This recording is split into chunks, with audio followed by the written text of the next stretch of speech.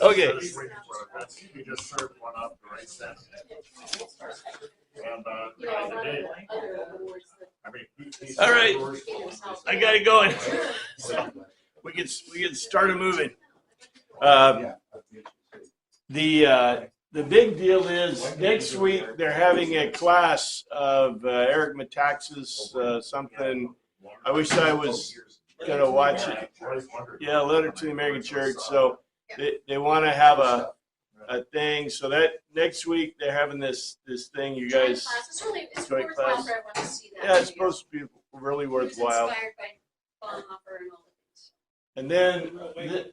then I'm gonna go cruising with Paul and Lynn Pittman, and Tammy. So we're gonna. Thank you. I'm glad you invited me. you made the cut. She made the cut, but we're gonna go cruise. Well, I'd just take Paul with me. We'd have a good time together, right? Anyway, You'd never get off the ship, and you would be smoking cigars. it'd be great. So I'm gonna go on a cruise. So the next class will be June 9th. I think that's right. Is that right? Yep, because Something we're like out of town to Iowa on the first weekend in June. So anyway, I hope we don't lose all the class. I guess we'll. Anyway, we're up to 12:17, and the importance of this, there is great importance to this, and there is even greater importance that will happen, as we'll see, in this specific point. So we had Lazarus' resurrection, we had the anointing of Christ, and we have the entry into Jerusalem. So, and this is that point here. Now the crowd was with him when he called Lazarus from the tomb and raised him from the dead, continued to spread the word. So let's see what the Greek says. You know, the translations aren't too bad with this at all. In fact, they're generally just good. I try to keep them in the cultural sense, to bear witness, certainly accordingly, the throng being met in company with him. The Lazarus, he emitted a sound from among the Memnon, the sepulchral monument, and he had stood up in the marketplace, him out from among of death. And this is classic in the way that a resurrection is specified in the New Testament. Certainly the throng bear witness, being in company with him, at which to Lazarus he emitted a sound from out among the sepulchral monument, and he had stood him up in the marketplace from out among death. Now, the really important part of this that the translation misses, and here's the King James, so we can compare it again. The people, therefore, that was with him when he called Lazarus from out of the grave and raised him from the dead bear record. What is really critical in this is this whole section is a continuance of the man born blind. The man born blind. So at the end of the section, well, it really wasn't the end of the section. It was cut off for us in the chapter incorrectly, but that's okay. The end of that point, the Pharisees who were Christ Pharisees, it says, Jesus' Pharisees, said, so are we also blind? And Jesus said, yeah, just flat out. Yeah, you're blind. But he goes on to then talk about the voice of the shepherd, about the shepherd. I am the shepherd. I am the gate. I am the shepherd. He basically specifies the point that even if you're blind, like the man born blind, if you hear the phone, you hear the voice of Christ, then you can come. And look what words that are used here. He emitted a sound from out among the sepulchral monument. In other words, Lazarus didn't see him. All they had to do was hear him. And by the way, as we saw, I think it's very obvious that Lazarus was a Pharisee. And Lazarus was probably the rabbi of Bethany. That's why he's Jesus' buddy. And by the way, Jesus hasn't said he loved any of the disciples yet, but he said he loved Lazarus like a shield warrior. Wow, just really interesting stuff that's all through this section. So the most important thing to me in this specific verse is, number one, we get the words used. He stood him up in the marketplace out from among death. Remember, I told you there's no word in any language at this point for being resurrected from death, because no one could imagine that anyone could be resurrected from death. But yet Lazarus was. Now, we had some other cases of this, but remember, Jesus told most of those to keep it quiet, and it was quiet. Now we have Lazarus. And by the way, I'll point this out, although I think it's kind of interesting. In The Chosen, they had the daughter of Jarvis, and I think maybe it says that, but this isn't in John. It's in another, I think it's in Matthew. Anyway, the daughter of Jarvis, I think they do say he was a ruler of the synagogue or something in the synagogue. But can you see the difference between having a Pharisee who's a rabbi of Bethany, for example, or at least some wealthy or whatever, being raised from the dead, as compared to daughter of Jarvis, or even the young man that was raised from the dead when the funeral thing came by, right? The one is just people in obscurity. The other is an important figure, an obviously very important figure in the community, and recognized by the Pharisees, by the people, whatever, to the point that people are coming from Jerusalem to Bethany. Why would you go from Jerusalem to Bethany, except to go through to Jericho? Because it is on the road to Jericho. But they went to Bethany. Okay, maybe there's a good tavern there. No, because Lazarus was there, and Mary and Martha. So, there's great depth here that people in antiquity would understand, that we need to have it pointed out, because this is just different than what we would normally expect. But in any case, it's the sound. It doesn't matter if you've seen him. Now, this plays out, because watch what happens with this. Many people, because they had heard that he had performed this sign, went out to meet him. For the cause, the people also met him, for they'd heard what he had done, this miracle.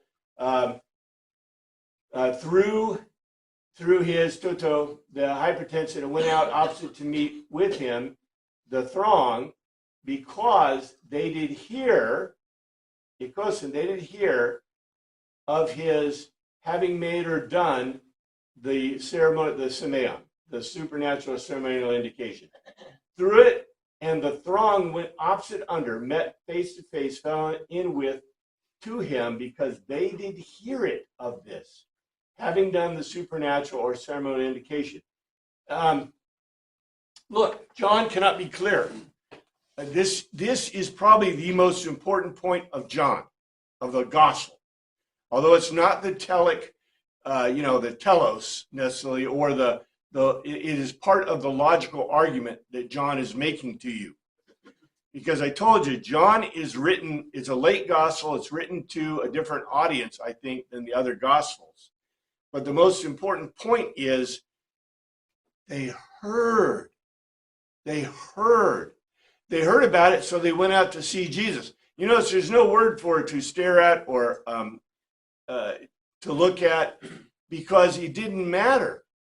The whole point of John is, do you need to see the Christ to be convinced of the Christ? And the answer is no. And he's giving it to an audience whose question is, we didn't see the Christ. Can we be saved? This is the ultimate question of John.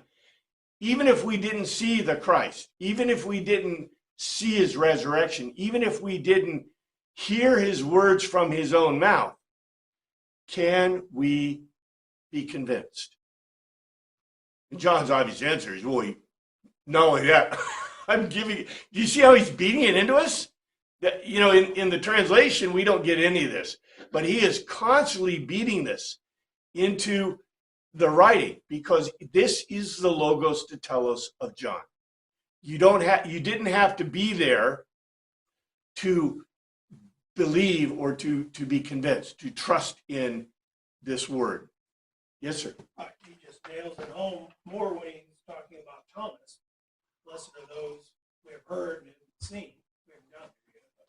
man, when we get there, I told you, there's an irony in this, in that. It's a beautiful irony. Because our translation, like I said, gives us the impression that all of the other disciples were what? They're Sharper than Thomas. Yeah, they're perfect, right? They're sharper, but that's not true. The words used in the Greek are exactly the same words that are used for Thomas and his apista, his lack of being convinced, right? But yet John uses the same words for the disciples. Now the point is that you don't get that from the translators. Well, why? The translators wanted to make, the translators didn't miss the point of Thomas, but they wanted to make what? The other disciples look a little better. And I'm like, everyone had doubting Thomas. I mean, come on, we learned that from the child. you got to have doubting Thomas, right? But the other disciples were doubting Peter and Andrew and doubting, Bartholomew, and they're all doubting. They're like us. They're all like us. Yes, sir. Thomas is our hero. Because the rest of the disciples were locked up in a room for fear of the Jews. But Thomas was out somewhere, milling about. They sent him out for McDonald's. And because of Thomas's testimony, we can believe. We can be convinced. Well, I think, John, look, I told you that these are logical arguments to a telos, to an unstated telos, right? So John doesn't tell you, this is what I'm driving to. But in the Greek, it's obvious what he's driving to. And when you get to the Thomas account, right, it's not made up. It's totally historical account. This really happened. But, just like our translators use words to fix it for us, Thomas wants to make sure you don't miss the point. Yeah. Right? And the point is that you can be just like, you can be even better than Thomas or the other disciples. You don't have to have the proof. However, the big deal with Thomas and the other disciples was what? They did see. Yeah, they were part of it. They saw it, right? And then they gave testimony. Martus. Martyr does not mean that you died for your faith. Martyr means you're a witness. They were witnesses to it. And therefore, when you hear the tone, right? You hear the tone from the Savior through the words of the apostles, the disciples, right? Yes, yep. Anyway, I think this is just beautiful stuff. So the Pharisees said to one another, the throng met, The Pharisees said to one another, see, this is getting us nowhere. Look how the whole world has gone after him. This in itself is a very, very interesting statement from the Pharisees. Pharisees therefore said among themselves, perceive ye how ye prevail nothing? Behold, the world has gone after him. Let's see what the Greek says. It's got to be interesting, right? Certainly, accordingly, the Pharisees, they said, or to themselves, you gaze on that are because no or not, you are useful to no one or nothing. You look, the cosmos, that which was created, to the back of him, he went off. So this is what it says in the Greek. Accordingly, the Pharisees said forward to themselves, you gaze on that you are not useful to no one. In the Greek, that means you're not useful to anyone. You're not useful at all. The Pharisees are saying, now, we got Jesus Pharisees. They're blind, but they hear. You got these Pharisees, they're hearing, they're blind, they ain't following, right? You notice what they say. I think it's really interesting. The King James is pretty close. Perceive how ye prevail nothing. That's close. It says, you gaze on that you are not useful to anyone. You're not useful to anyone. Worthless. You're worthless. And they're saying about themselves. It says, you look, that which was created went off to the back of him. It's, our translators say the world, right? If it was world in Greek, it would have been gay, G-E, right? It's not the gay, It's the cosmos. They said it's the cosmos. What are they saying? They're saying that what was created is going with Jesus, going after Jesus, following Jesus, chasing after Jesus. If they had just said, I got some notes here. Okay, look at their level of understanding. The Pharisees and their complicits, if they had claimed the gay went off at the back of him, that'd be one thing. If the world was going after him, right? That'd be one thing. It's not the world. It's what? All of creation. The whole of creation is going after him, and they recognize this. This is a huge statement. The next thing you should ask the Pharisees is, are you blind and you can't hear too? You see what I'm saying? How can you say this And not know that he's God, right? There, in other words, this is the unstated telos in this statement is that he is God. Yeah. You know, John gives you this all the time. John tosses out these beautiful, Greek things, in a single statement, right? Throws them out to us. And unfortunately, our translators don't give us usually the full of everything that it should be, because this is really important. And it becomes even more important because, sorry, somebody say something. This says Jesus predicts his death. Okay, this is not, okay, the importance of this is not Jesus predicts his death. The importance of this is now there were some Greeks among those that went up to worship at the festival. Okay. And there were certain Greeks among them that came up to worship at the feast. Asin, they were. This is our identity verb. But Greeks, Hellenists, Greeks, some or any person or object, from among of a footing up, climbing up. In other words, climbing up to Jerusalem in order that they might kiss the ground while prostrating before superior to the festival. Now, this is really complex in itself. Here's what it says in translation. But Greeks were some persons out from among those footing up, climbing up, in order they might kiss the ground when prostrating before superior into the festival. Now, you might ask yourself the question, were these Greeks? It says they're Greeks. They're Greeks. Now, if they're footing up to the festival, they can't go beyond the court of Gentiles unless they have been circumcised and they're Jews. But it doesn't say they're Jews. It says they're Greeks. This is a really hard group to figure out, because are they uncircumcised? Are they part of the God-fearers? We're going to hear about the God-fearers, well, not necessarily in John, but you remember we heard about the God-fearers in Hebrews and the God-fearers in Acts. Yeah. And the God-fearers were the Greeks and the Romans who did not go the whole length of being circumcised and joining Judaism. They had not been through the mikvah. But when Christianity came through, what did they want? They wanted Jesus. They wanted baptism, right? Can we be baptized? Which is the mikvah. And the Pharisaic group that were part of the Jesus Tinodos, what did they say? No, you got to be circumcised. You got to accept Judaism before. What did the Council of Jerusalem say? Said, let's. In fact, Paul was really pushing this. Paul and Barnabas were pushing this, that you didn't have to be circumcised to be baptized. We got the Greeks. Now the Greeks, this is a really beautiful stuff. Here they came to Philip, who was from Bethsaida in Galilee, with a request. Sir, they said, we'd like to see Jesus. Oh man, here's the Greek. The Greek's got to be a little bit different than what our translators gave us, right? But not too much different.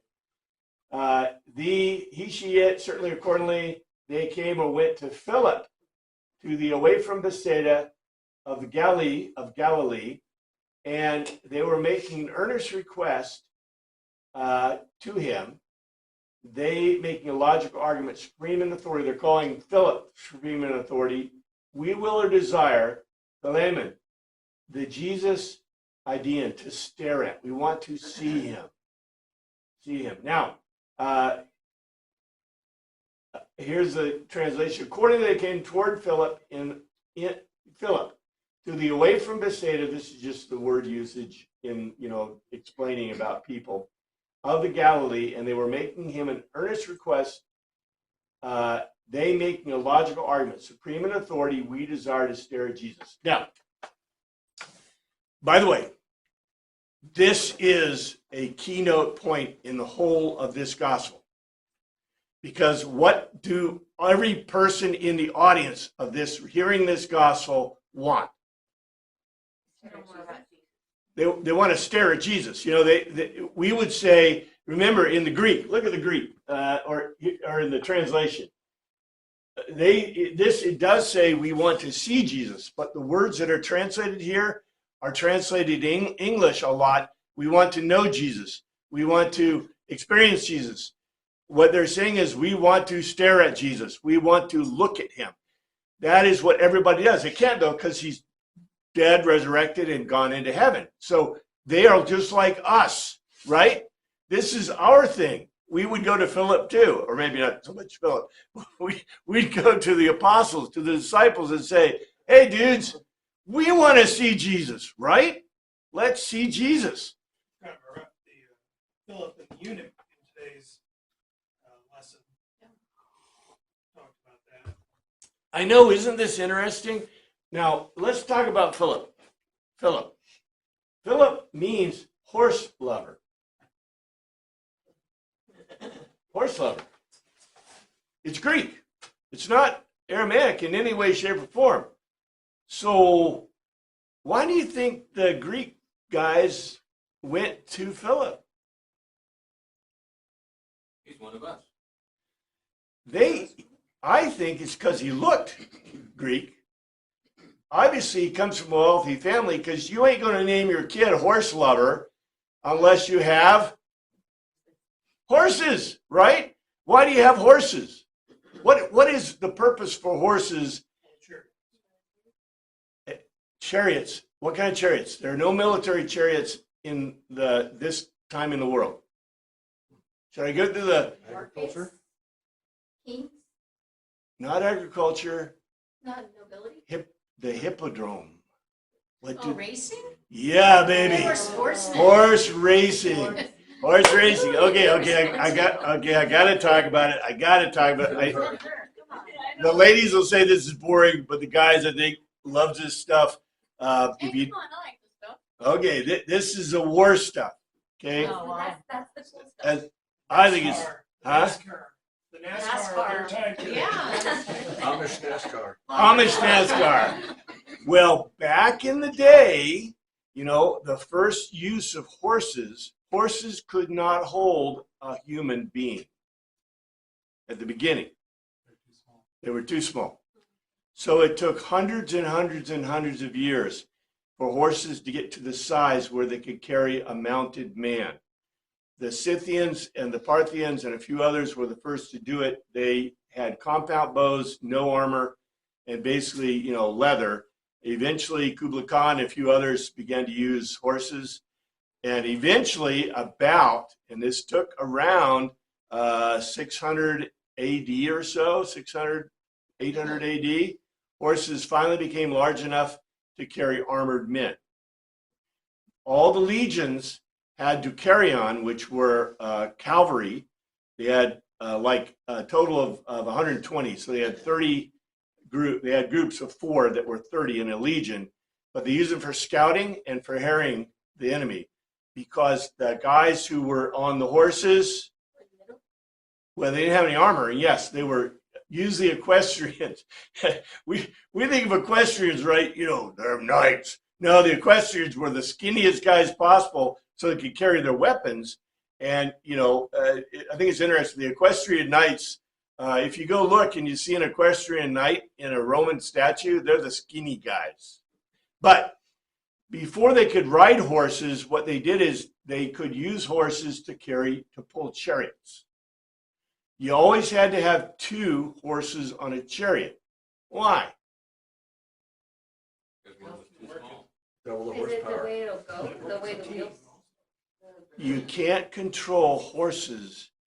You cannot control singular horses. They are herd animals and must be in a team.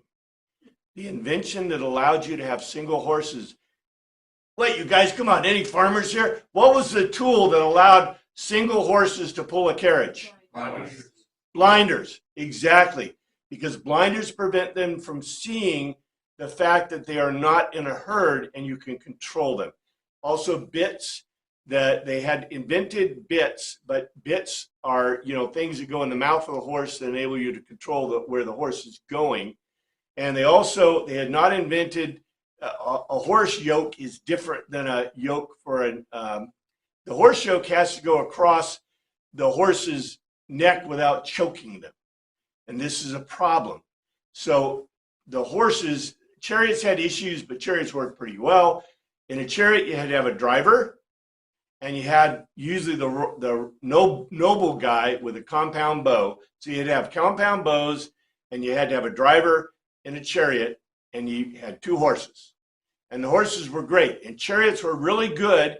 They allowed the nobility to fight nobility against each other. And they also allowed nobility to fight infantry because generally they could overrun them. The problem was that in Egypt discovered the way to overcome chariots. Because all you got to do is get a mob of infantry, and what do? You surround the chariot, you kill the driver, you kill the horses, you kill the nobility, and whack, that's the end of it. So chariots had a very limited life. Chariots were great when it was, small groups, or it was skirmishes, or it was nobility against nobility. But the minute you started fighting real battles, they were done. And also they had serious problems in non-flat terrain, muddy terrain, mountains, hills, forests. Guess what most of Judea is? Hilly terrain in the south. In the north part of the Escadrion is pretty flat, and you can use chariots pretty well. But down into the southern parts where Jerusalem is, you're done. So this, when the world, and the world had thousands of horses, thousands of things that were pulling these chariots. And you read about in the Old Testament. Remember old Solomon had thousands of chariots and thousands of horses. And what happened was everybody said, and the real thing that the hoplites, the Greek hoplites, were one of the things that destroyed the horses. Once you had, or destroyed chariots, once you had trained infantry, like hoplites, that could surround and bear the brunt against chariots, that was the end of the chariot. So the chariot in what year? Around, it's around 500 BC, maybe a little bit earlier than that. Around 500 BC or so before the end of the chariot. But the end of the chariot created one of the greatest things in all of human history. There were now thousands of horses. Racing? Agriculture. Because before the horses were be able to use for plow animals, who was plowing? Men and mama. Men, mama, and the kids. Yeah, they're using sticks and stones, to do the plowing. But the minute you got horses up there, what do the horses do when they plow the fields? They poop. And the pooping in the fields, even greater than the plowing, was what created the great agricultural change. Before, the only agriculture that could be done was in fertile valleys, that affluent valley areas where they flooded every year. They flood yearly, like the Yangtze River, the Amazon, the Amazon is similar, but that's different. The Nile River, the Rhine River, the Danube, the Rhine, wherever there was a river that flooded and then receded, you could grow crops until you began to use plow horses and plow animals. People had no clue what was causing it. It's just, oh, wow, we're, usually we do the ground and then it's done. But now we're doing the ground and it's astounding. So the horses created that. Now, the world is all about infantry. And that's why the legions, the hoplites, and all those things. But that's a short lesson in where horses went to. So horses in this era are being used for only one thing. Well, two things if you do transportation. But the only people who can transport got to be wealthy, right? Like Philip and the guy. They don't talk about the charioteer. There was a guy that was doing his chariot, his thing. You always had a driver, and you had two horses, and that's when you say a chariot. And by the way, all the chariots in Rome, all the chariots had the same wheel spacing, because otherwise you weren't going to make it down the streets, because the streets were so worn. Look at Pompeii. The streets are so worn that if you got one that was bigger or smaller, you're done. It'd be like trying to go on a gauge railroad that's not right.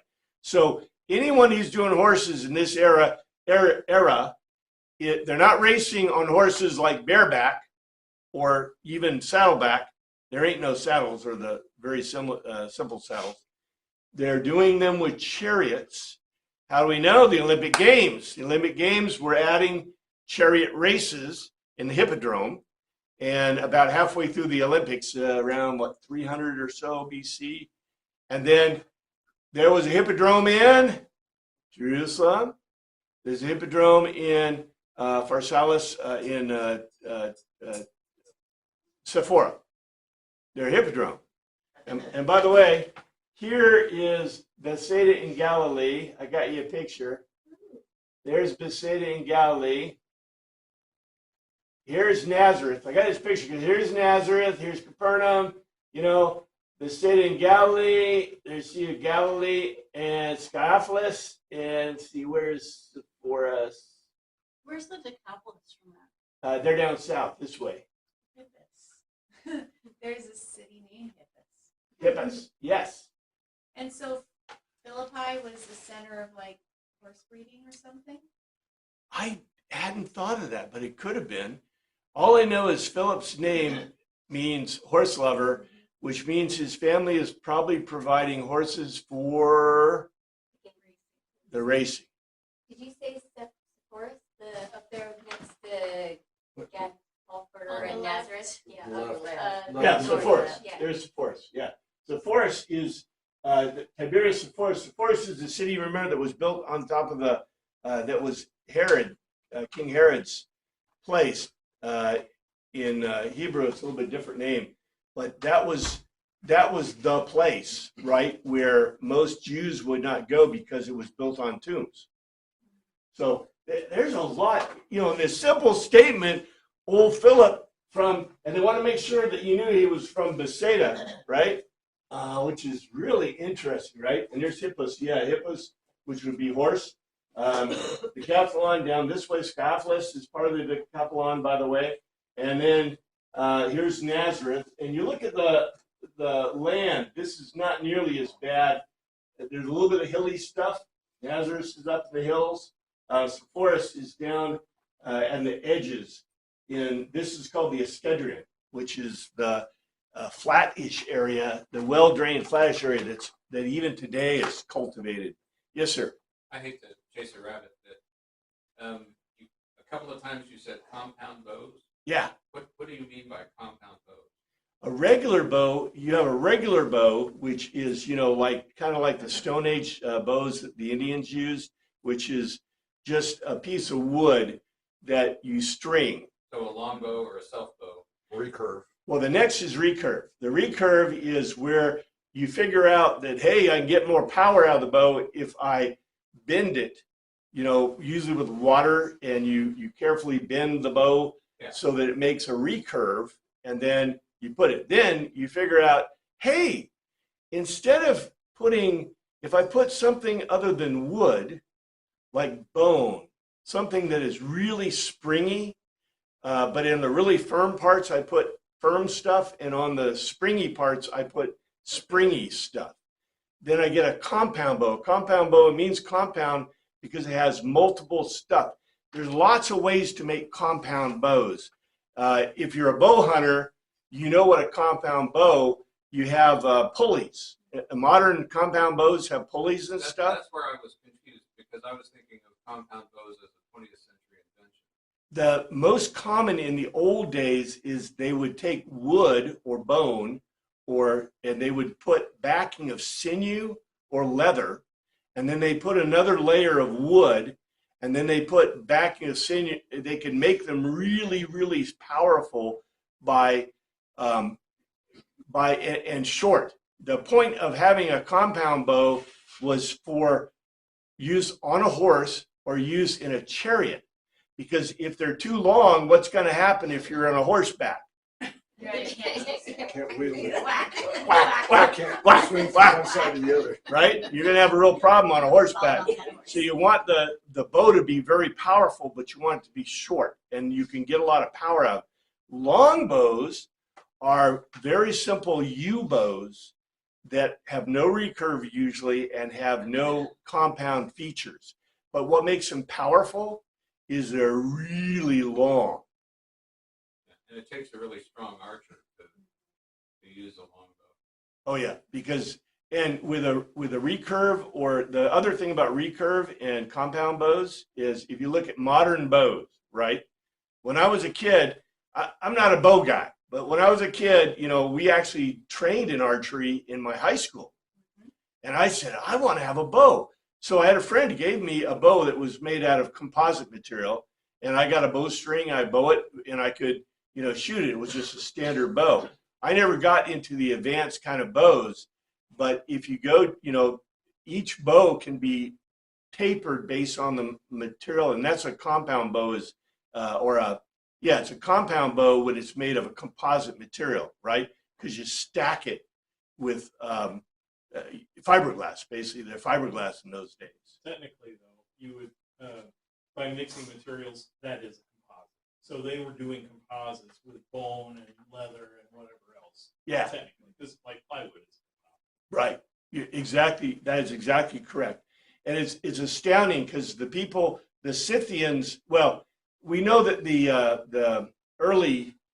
Egyptians, a lot of societies created these really cool stuff, but what they end up doing is the bows and whatever became part of their hunting gear and entertainment gear, because until the late part of the Roman Empire, for example, when the Scythians and the Carthaginians and a few others began using bows against the legions were pretty much almost completely unstopped. they were impervious to others' defense. Right, they were impervious because of their armor and their scutum, the big shield they use, the big rectangular shield, and their training. The Scythians were the first to break their lines because the Scythians would use the horses to get around the lines. And if you have horses and you get up close, what can you do? You can shoot down into the formation. And boy, that really made the Romans mad. Matter of fact, Tiberius, that was one of the things that in my book Centurion, I'm reviewing it for the republication, but in one of the things I was recounting what happened not to Tiberius, but to Nero's armies. Nero and Tiberius both sent up against groups that used the Scythians, or the Parthians were using bowed troops that were unarmored that were firing into the legions. And basically, you know, the legions can protect as long as they're forward, but once you surround them, now they had real issues. So that was one of the ways the legions came to an end, by the way. And the history of the world in warfare is really interesting. But back to you know, this in itself is interesting, but back to old Philip. Philip is obviously kind of thing I asked is Philip the foreign outreach? Someone said he looks Greek. He's got a Greek name. He probably looks Greek. He's wealthy. What do you think of his clothes? Yeah, you know, okay, in our worldview, okay, you know, people change clothes like they change clothes. In the ancient world, people, how many times can you change your clothes in the ancient world? You only have one set of clothes. Yeah, most people have one set. No underwear, one set of clothes, maybe an outer cloak, that's it. So when Philip got called, if he's wealthy and from a wealthy family, what's he going to have? Nice clothes, maybe a couple, right? But the way you can tell, and I think it's interesting in the Chosen, I think it's kind of obvious. You see the Romans, you look, you say, that's a Roman, right? Because they're wearing Roman clothes. You see a Greek, and well, they're not as good about the Greeks, but if you saw a Greek person in the ancient world, you'd say, he's wearing a toga, or he's wearing a Hamatian and a pamphlet. He's got to be Greek, right? And, well, maybe not. Because we know Jesus and the disciples, those guys, they're wearing Hamatians. They're wearing Greek clothing. But the difference would be, generally the way that you determine clothing in the ancient world wasn't necessarily, everybody might have a white robe. Some people might have a blue or dyed robe. If you had a blue or dyed robe or a red robe or something, you were wealthy. But even the wealthy who might have not be able to afford a fully dyed robe, that's expensive, they would have fringes that would be, if you were, the Romans, they were, the Romans that were, had power, they would have purple fringe. Yes, sir. How did the Jews distinguish themselves? They did. They had tassels, and, that is a great question. And you know what? I think the answer is many of them didn't. If they did, they probably wore the tassels under their, under the outer robe and above the upper robe, or maybe even under the lower robe. Because in certain crowds, did you want to distinguish yourself? You wanted everybody to think you're Greek. And they were really Hellenized. So I think that's a really interesting question that doesn't have a simple answer. I think that if you saw them, you'd say, they're a bunch of Greeks. And then every now and then you might be able to pick one or two, like maybe the Pharisees were wearing, especially big tassels or especially obvious, prayer shawls or whatever. What do they call it? The little hat, the yarmulke. I don't think those were common in this time. They wore bigger headgear. The biggest problem we have is what happens to clothing over time.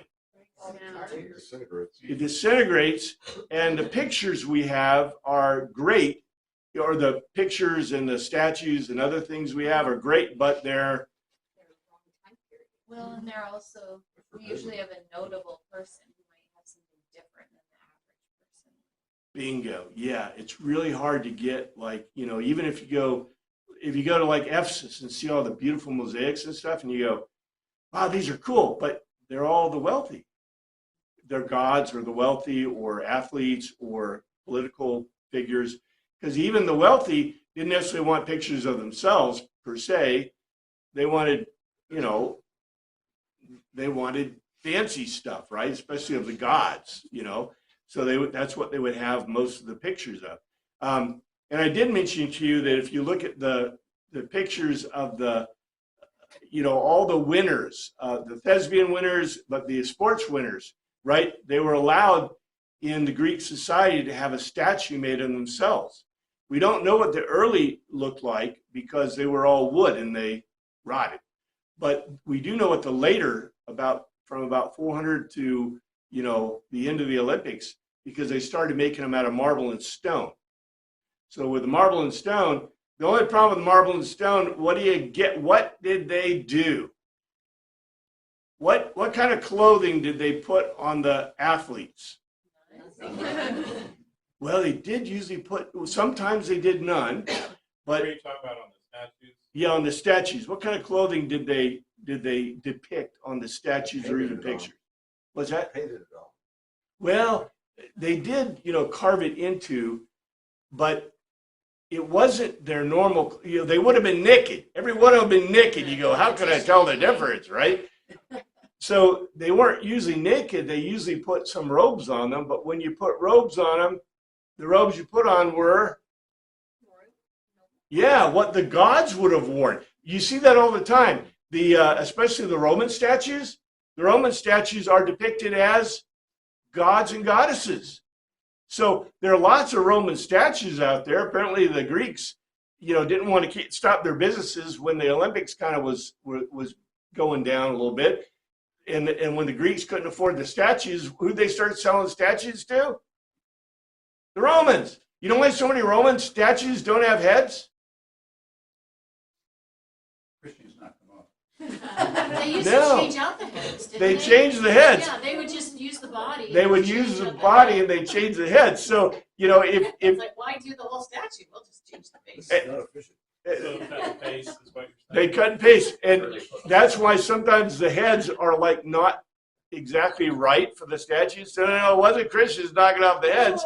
It was because the Greek statue or the statue guys who were doing them for the Romans and the Greeks would reuse the bodies and do your head. So you got a special deal. Face on the model's body.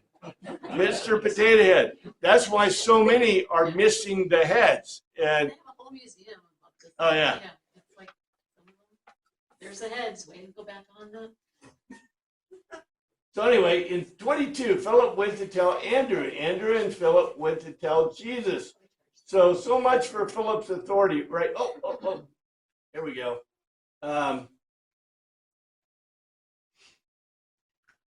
Philip comes and tells Andrew, and again, Andrew and Philip tell Jesus. So comes or goes the Philippos and makes a logical argument to Andrew, to come or go, Andreas and Philip, and they make a logical argument to Jesus. Philip goes and makes a logical argument to Andrew. Andrew and Philip go and they make a logical argument to Jesus. So, I don't know, maybe Andrew was in charge, maybe he was older. Andrew is a Greek name.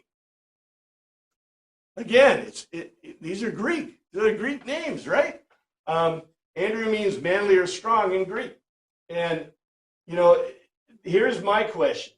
Were they approachable to the Greeks? Did the Greeks say these guys, was Andrew? Maybe Andrew was also wealthy to a degree. But anyway, it's interesting that Philip goes to Andrew and Andrew goes, Andrew and Philip go to Jesus. Maybe maybe Philip didn't feel confident to go to Jesus directly about the Greek question. Because this is the Greek question. This is a huge question. Jesus replied, the hour has come for the Son of Man to be glorified. Does anyone see that to be a stated telos statement? That is a stated telos statement. The time to be glorified. Jesus answered, saying, the hour has come for the Son of Man to be glorified. But Jesus, he concluded for himself to them. He making a logical argument. This is interesting that they use epikrente and legon, both these together. He concluded for himself, and he made a logical argument. Has come or gone the hour in which it may be what evokes good opinion, gloria, doxalit, the huios, the offspring of the anthropo of a man-faced human or man. But Jesus concluded for himself to them, he making a logical argument. The time or period has come in order that the offspring of the man-face may be what evokes good opinion. Very truly I tell you, unless a kernel of wheat falls to the ground and dies, it remains only a single seed, but if it dies, it produces many seeds. Verily, verily, I say to you, except a corn of wheat falls to the ground, die, abideth alone. If it not die, it brings forth much fruit. Firmly, firmly, amen, amen. I make a logical argument to you, in case that if, not at least, the kokos, the grain of the edible grain, it having fallen to the gay of soil, it should die off. It, monos, remaining, it stays, in case that, but if it should die off, many fruit, carpon, it bears.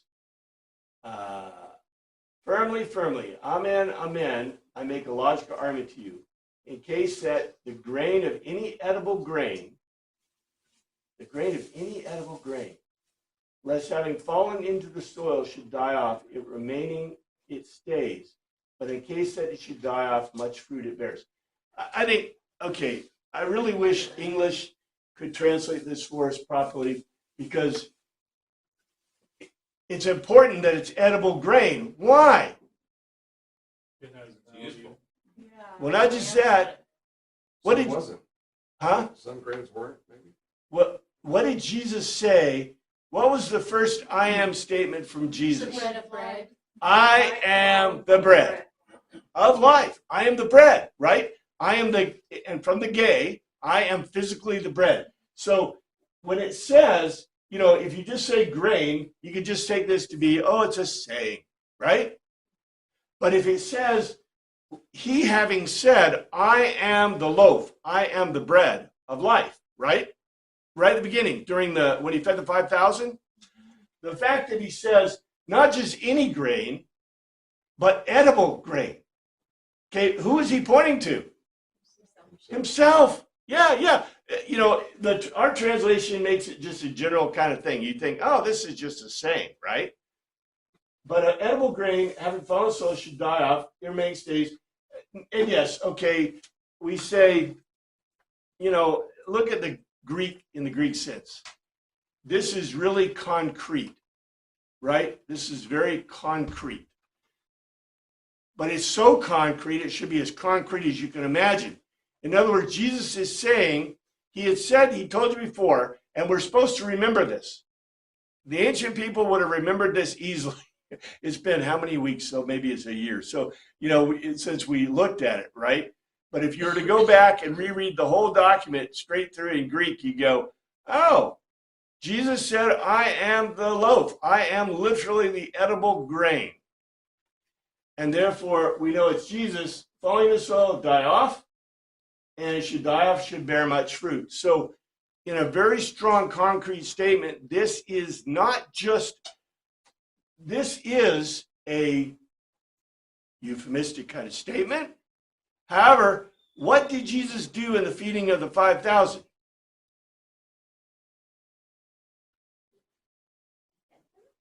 He didn't die, but the food Or broken.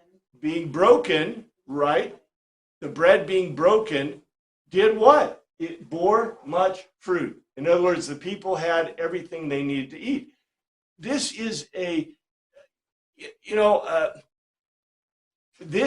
direct correlation, direct reference back to what John had already shown us. And, the most important thing, though, is who is this stated to and about? To the Greeks. Remember, the Greeks asked Philip, and Philip went to Andrew, and now Jesus is pontificating. In other words, the miracle, the semeion in this point, it's not really a semeion, but the big indicator or cause of this was the Greeks asking if they could see Jesus. This is the answer. This is the answer that Jesus is giving to them. Very interesting his So statement. he's saying they're asking to see him physically, but Jesus is saying, anyone who sees me, he's talking in a broader sense. He is talking in not just that. Remember, the logos of all of John is you can be blind, you can be born blind or blind as a Pharisee, and yet you can hear the tone of Christ and know Christ. You can be convinced of Christ. So this is a statement that we miss. We miss in the sense that it's about the Greeks, right? Now, does this still apply to the Jewish and the other hearers? Yeah, but apparently, the only hearers we get that are hearing are Andrew and Philip. But remember, this is a Greek logos to tell us, so there's probably a lot more people around. Yes, sir. Is this also a foreshadowing of the establishment of the sacrament of the altar? I believe that is absolutely true. That we we tend to see, remember, John Chrysostom created the Mass for us. He created the Eucharistic Mass. So, John Chrysostom pulled that from the Last Supper. However, in the really Last Supper, if we really had a Last Supper, what would we have? The full Seder. Yeah, we'd have a whole Seder with lamb. It's like, oh man, that would be great, right? I love a whole Seder with lamb. But because John Chrysostom made it the way he did, the elements in the Last Supper are basically, bread and wine, which is cool. Isn't that just because those were the only two things that Jesus instituted for the sacrament? He didn't lift up any lamb and say, "This is me." It was just the wine and the bread that Yeah, but remember, he was the sacrifice, and so he was the Passover. So if we were really thinking like the early church, which I think they did, that was Paul versus non-Paul. Paul versus the Council of Jerusalem. The Council of Jerusalem said, no sacrifices to idols, right?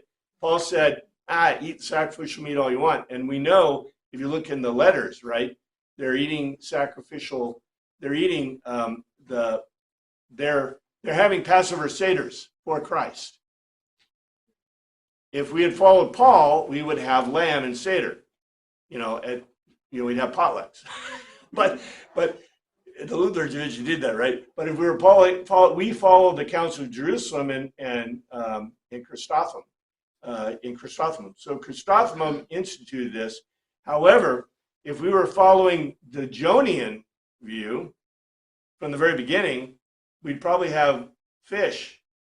In fact, this will be paralleled when we eventually get to it, because if you go back and look at the last chapter,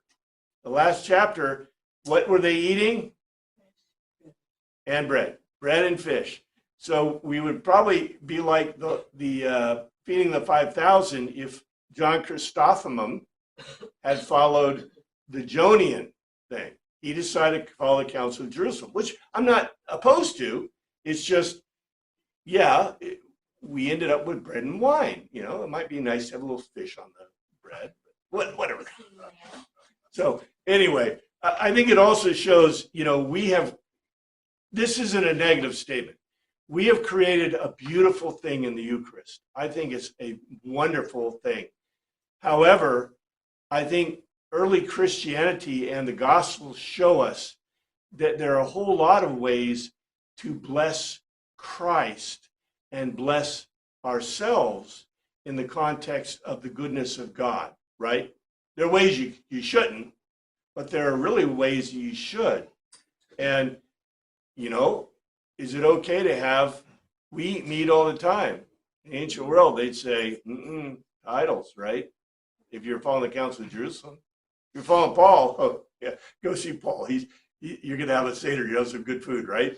So I'm just saying it's really interesting, and there's nothing wrong with it, but it's how you, and we can talk more about it later. But anyway, that's how you balance culture and society to even Christianity. Think about it, how we celebrate Christmas, for example. Anyway, thank you, Father, for your word. Pray you look after us this week. In your name we pray. So we're calling at the restaurant, we have the Arby's slogan.